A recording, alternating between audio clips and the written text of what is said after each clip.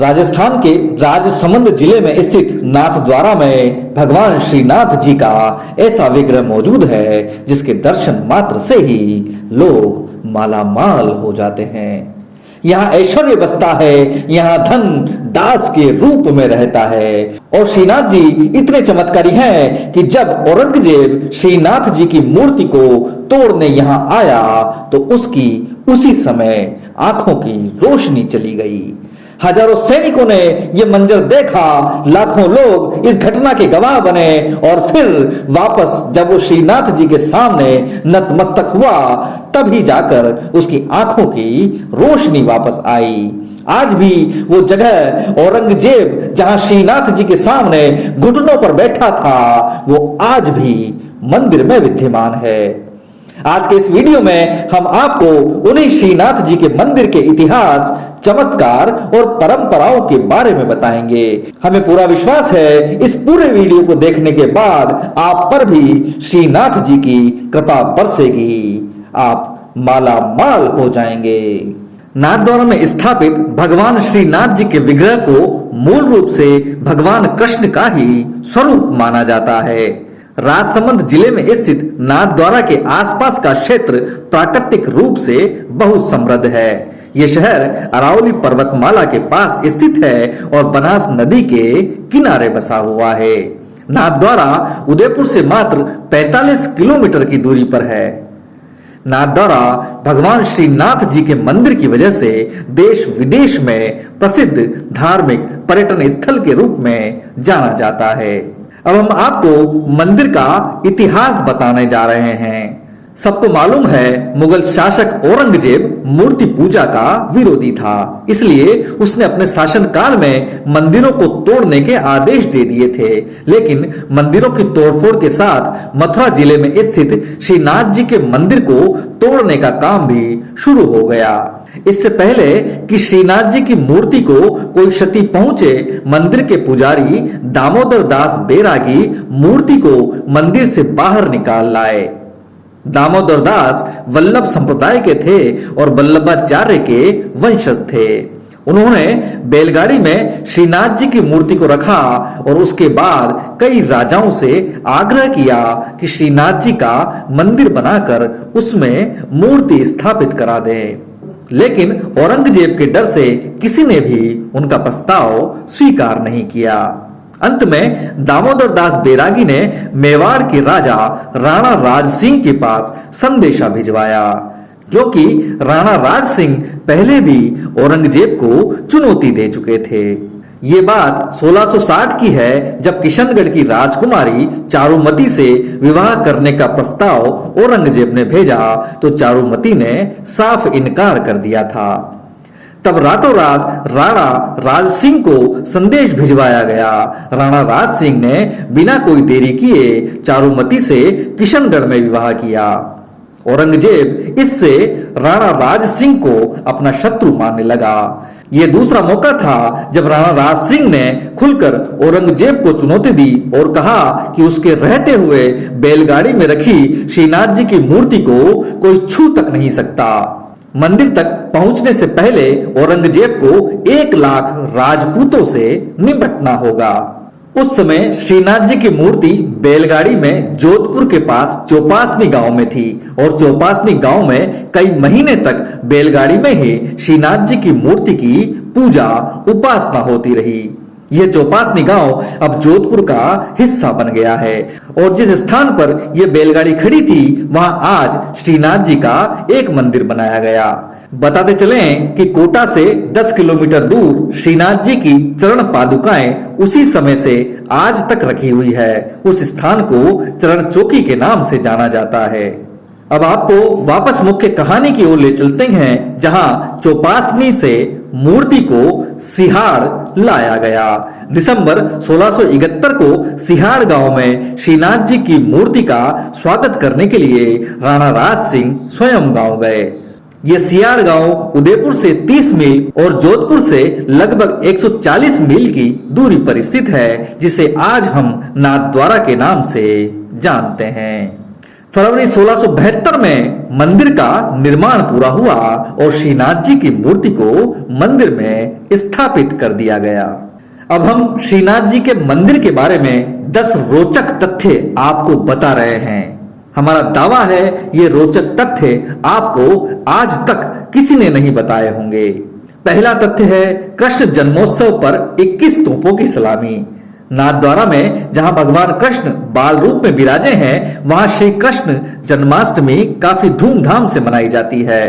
आधी रात को ठीक 12 बजे कृष्ण महोत्सव पर यहाँ 21 तोपों की सलामी दी जाती है। सुबह 4 बजे मंगला के शंखनाद से जन्माष्टमी के कार्यक्रम शुरू होते हैं। सभी प्रहर के श्रृंगार के बाद रात 11:30 बजे दर्शन बंद होते हैं, लेकिन आधे घंटे बाद यानी रात 12 बजे पट खुलते ही नाथद्वारा मंदिर भगवान के जयकारों से गूंज उठता है। तभी होती है गाजे बाजे के साथ 21 तोपों की सलामी। भगवान के मंदिर मोती महल में बिगुल और बैंड बजाकर खुशियां मनाई जाती है। दूसरा रोचक तथ्य है बाल रूप में गोवर्धन पर्वतधारी हैं श्रीनाथ जी। नाथद्वारा के मंदिर में स्थापित श्रीनाथ जी के विग्रह को भगवान कृष्ण का ही दूसरा रूप माना जाता है। मंदिर में स्थित श्रीनाथ जी का विग्रह बिल्कुल उसी अवस्था में खड़ा हुआ है जिस अवस्था में बाल रूप में कृष्ण ने गोवर्धन पर्वत को अपने बाएं हाथ की सबसे छोटी उंगली पर उठाया था। भगवान श्रीनाथ जी का यह विग्रह दुर्लभ काले संगमरमर के पत्थर से बना हुआ है। विग्रह का बायां हाथ हवा में उठा हुआ है और दाहिने हाथ की मुट्ठी को कमर पर टिकाया हुआ है। श्रीनाथ जी के विग्रह के साथ में एक शेर, दो गाय, तोता और मोर भी दिखाई देते हैं। इसके अलावा 3 ऋषि मुनियों के चित्र भी विग्रह के पास रखे हुए हैं। तीसरा तथ्य है कि श्रीनाथ जी की दिन में 8 बार पूजा होती है। भगवान श्रीनाथ जी वैष्णव संप्रदाय के प्रमुख देवता हैं और इस संप्रदाय के कुछ लोग पुष्टि मार्ग, वल्लभ संप्रदाय के शुद्धाद्वैत के नाम से जानते हैं। इस संप्रदाय की स्थापना वल्लभाचार्य जी ने की थी। भक्ति योग के अनुयायी और गुजरात, राजस्थान व महाराष्ट्र के वैष्णव प्रमुखता से श्रीनाथ जी को मानते हैं और उनकी पूजा करते हैं। भाटिया लोग भी श्रीनाथ जी के बड़े भक्त हैं। वल्लभाचार्य के बेटे विट्ठल नाथ जी भगवान श्रीनाथ जी के बड़े भक्त थे और भगवान की निस्वार्थ रूप से सेवा और भक्ति करते थे। नाथद्वारा शहर में उन्होंने ही श्रीनाथ जी की भक्ति को चरम सीमा तक पहुंचाया। श्रीनाथ जी की ठोडी में हीरा है सुशोभित। भगवान के होठों के नीचे एक हीरा भी लगा हुआ है।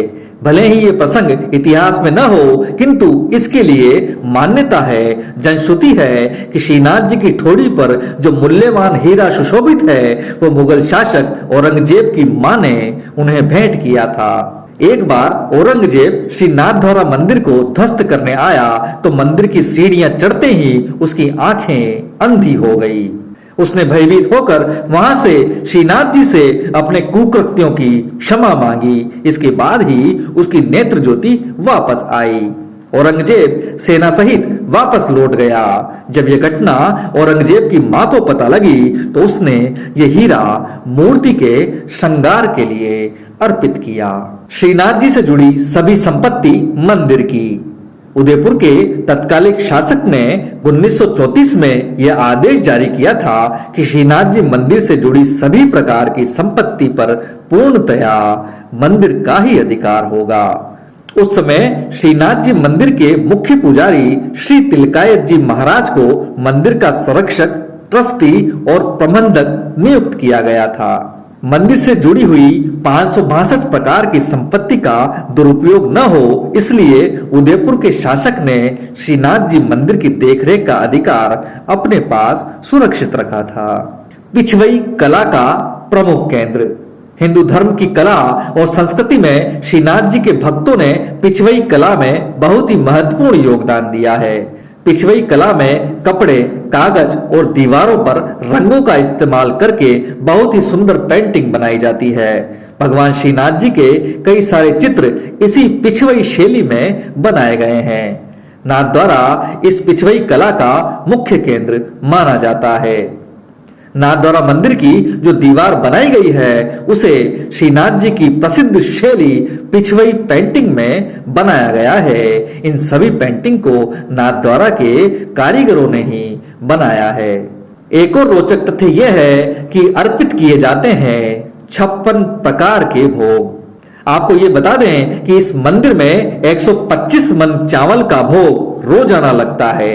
यहाँ के वनवासी बंधु भोग प्राप्त करते हैं जिसे लूटना कहा जाता है। भोग में उपयोग होने वाली कस्तूरी को सोने की चक्की में पीसा जाता है। इसके अतिरिक्त 56 प्रकार के भोग भी श्रीनाथ जी को अर्पित किए जाते हैं। मंदिर गृह को नंद बाबा का भवन कहा जाता है। भंडार घर में घी तेल का भंडार रहता है। कुछ राज्यों के 30 गांव मंदिर को दान में भी मिले हुए हैं। देश के सबसे अमीर मंदिरों में से एक है श्रीनाथ जी का ये भव्य मंदिर, जो कि पुष्टि मार्गीय वैष्णव संप्रदाय का प्रधान यानी प्रमुख पीठ है। नाथद्वारा का शाब्दिक अर्थ श्रीनाथ जी का द्वार है। श्री कृष्ण यहाँ श्रीनाथ जी के नाम से विख्यात हैं। वैष्णव पंथ का यह मंदिर शिरडी स्थित साईं बाबा, तिरुपति स्थित बालाजी और मुंबई स्थित सिद्धि विनायक जैसे भारत के सबसे अमीर मंदिरों की श्रेणी में आता है। भगवान के लिए लाते हैं खेलने की चीजें। यूं तो श्रीनाथ जी के मंदिर देश विदेश में कई जगह हैं, लेकिन श्रीनाथ जी के हर मंदिर में इतने श्रद्धालु नहीं उमड़ते।